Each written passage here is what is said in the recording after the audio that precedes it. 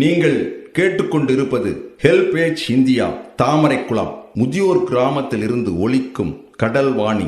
இந்த நிகழ்ச்சி மூத்த குடிமக்கள் தயாரித்து வழங்கும் அனுபவம். மேலும் ஹெல்பேஜ் இந்தியா கடலூர் ப்ராஜெக்ட் தலைவர் திரு வேணுகோபால் ராமலிங்கம், ஹெல்பேஜ் இந்தியா கடலூர் இயக்குனர் டாக்டர் திரு சத்யபாபு மற்றும் கடல்வாணி ரேடியோ டெக்னிக்கல் பர்சன் திரு மனோஜ்குமார்.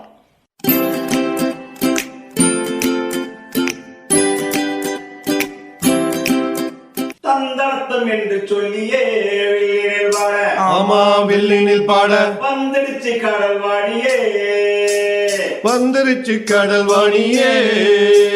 நல்ல நல்ல கருத்துக்களா நாங்களும் தினமும் பாட, நாங்களும் தினமும் பாட, சொல்ல வந்த கருத்துக்களா நீங்களும் தினமும் கேட்க, நீங்களும் தினமும் கேட்க. வந்துடுச்சு கடல்வாணியே, வந்துருச்சு கடல்வாணியே.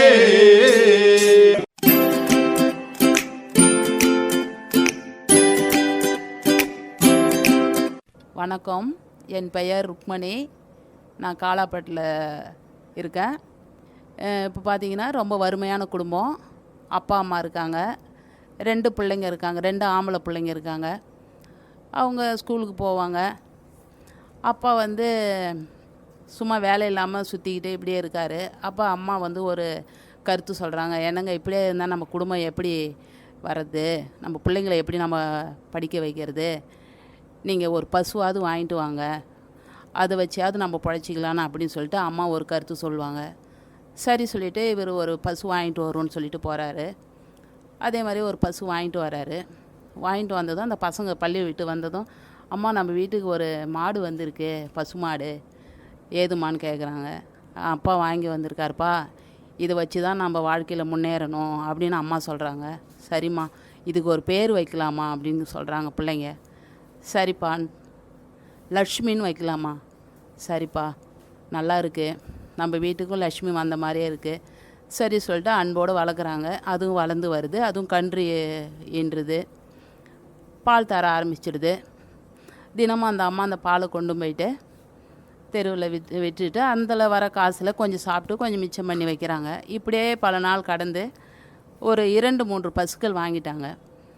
வாங்கிட்டு நல்ல ஒரு வசதியான வாழ்க்கையை வாழ்ந்துட்டு இருக்கும்போது, அந்த முதல் வாங்கின்னு வந்த அந்த லக்ஷ்மி பசு வயசாகி போச்சு, கன்று ஈன்றாது, பாலும் கொடுக்காது. உடனே அந்த தந்தை சொல்கிறாரு, ஏண்டியம்மா, மனைவி பார்த்து, ஏண்டியம்மா, இந்த பசுக்கு நாம் தீனி போடுறதெல்லாம் நஷ்டம், இனிமேல் இதனால் நமக்கு ஒரு பிரயோஜனமும் கிடையாது, இதை கொண்டு போயிட்டு நாளைக்கு காட்டில் விட்டுடலான்னு நினைக்கிறேன், நீ என்ன சொல்கிறன்னு சொல்லி கேட்குறாரு. இந்த அம்மாவுக்கு தாங்க முடியல, என்னங்க இப்படி சொல்கிறீங்க, இவ்வளோ நாள் வளர்த்து எப்படிங்க காட்டில் விடுறது அப்படின்னு சொல்லிவிட்டு இவங்க வருத்தத்தோடு வந்துடுறாங்க. அன்னையிலேருந்து அப்படியே ஒரே சோகமாக அழுகிற மாதிரியே இருக்காங்க. பிள்ளைங்க பள்ளியை விட்டு வந்ததும், என்னம்மா ஒரு மாதிரியாக இருக்கீங்கன்னு கேட்குறாங்க. இல்லைடா அப்பா, நம்ம லட்சுமி பசு இனிமேல் பால் கொடுக்காதான், கன்றும் ஈன்றாதான், அதனால் அப்பா அதை கொண்டு போய் காட்டில் விட்டுறேன்னு சொல்கிறாருடா, கேட்கவே மனசு கஷ்டமாக இருக்குது அப்படின்னு சொல்கிறாங்க. ஆமாம்மா, நீ அதெல்லாம் கவலைப்படாதீங்க, அப்படியே சொன்னார் அப்பா, அவரை நான் பார்த்துக்கிறேன், நீங்கள் சாப்பிட்டு தெம்பா இருங்கன்னு சொல்லிவிட்டு பிள்ளைங்க விளையாட போயிடுறாங்க. அதே மாதிரி வந்து இரவு சாப்பிட்டுட்டு படுக்க போயிடுறாங்க. படுத்துட்ட பிறகு விடிஞ்சதும் யாரும் எழுந்திருக்கிறதுக்கு முன்னாடியே எழுந்து அப்பா பசு இருக்கிற இடத்துக்கு போகிறாரு. கொண்டு போயிட்டு காட்டில் விட்டுடலாம் அப்படின்னு சொல்லிட்டு இந்த மகன் பின்னாடியே போகிறான்.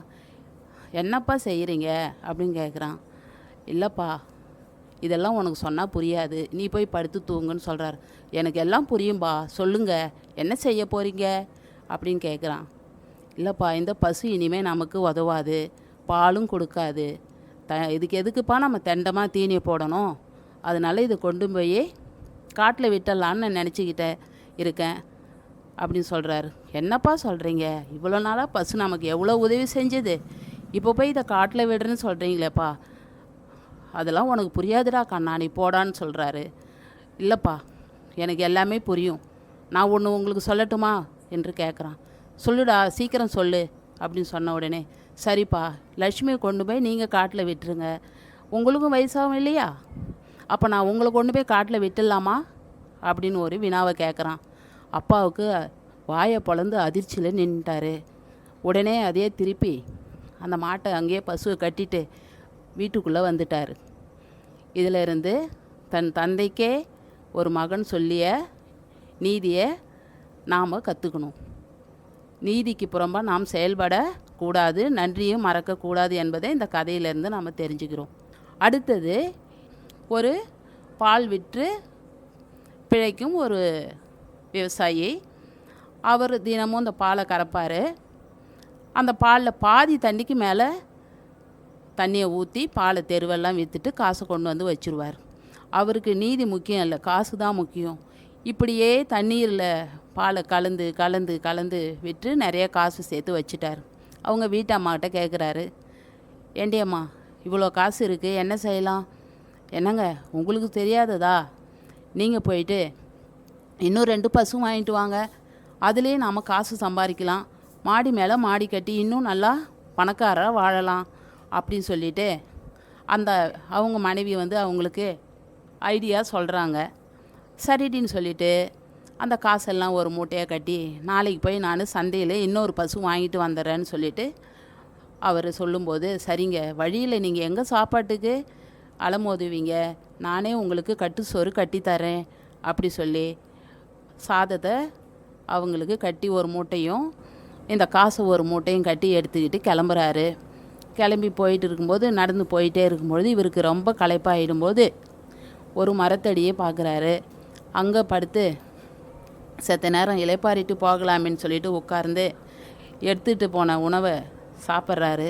சாப்பிட்ட உடனே அங்கே அந்த மர நிழலில் வந்த ஒரு காற்றுக்கும் அந்த நிழலுக்கும் அவருக்கு உறக்கமே வந்துடுச்சு.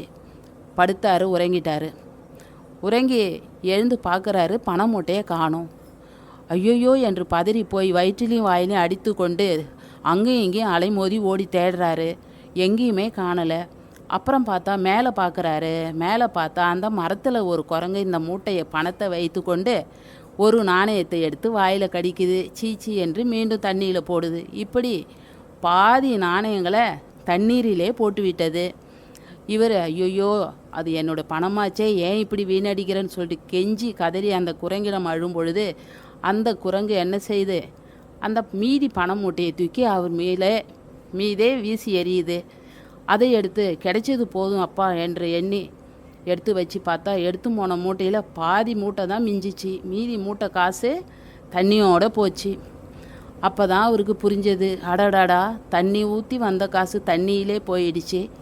பால் இருந்த காசு தான் நமக்கு இன்றைக்கி பயன்பாட்டுக்கு உள்ளது என்று எண்ணி பசு வாங்காமல் வீடு திரும்பினார். வீட்டுக்கு வந்ததும் மனைவியானவள், என்னங்க பசு வாங்க போனீங்க, பசு எங்க? அடப்போடி, நீதிக்கு மேலே போனால் நமக்கு என்ன மிஞ்சும்? தர்மத்துக்கு இங்கே வழி இருக்குது, அதர்மத்துக்கு நமக்கு வழி கிடையாது. என்னங்க சொல்கிறீங்க, புரியவே இல்லையே என்று கேட்கும்போது, நான் தண்ணியை ஊற்றி ஊற்றி சம்பாதிச்ச காசு தண்ணியோடு போச்சு, பாலுக்கு வந்த காசு தான் மீதி இருக்குது. இனிமேல் நான் ஒரு பாடத்தை கற்றுக்கொண்டேன். என்னங்க அது?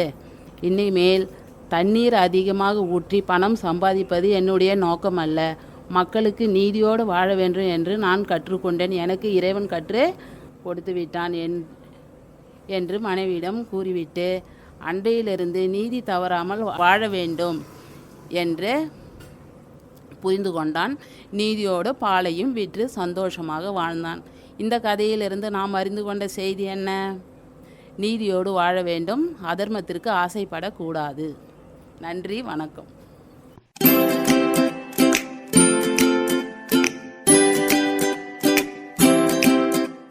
நேயர்களே, இந்த அனுபவ நிகழ்ச்சி இத்துடன் நிறைவு பெறுகிறது. உங்களிடமிருந்து விடைபெறுவதற்கு முன் மூத்த குடிமக்களின், அதாவது சீனியர் சிட்டிசனின் உதவிக்கான டோல் ஃப்ரீ ஹெல்ப்லைன் எண்ணை உங்களுக்கு ஞாபகப்படுத்துகின்றேன்.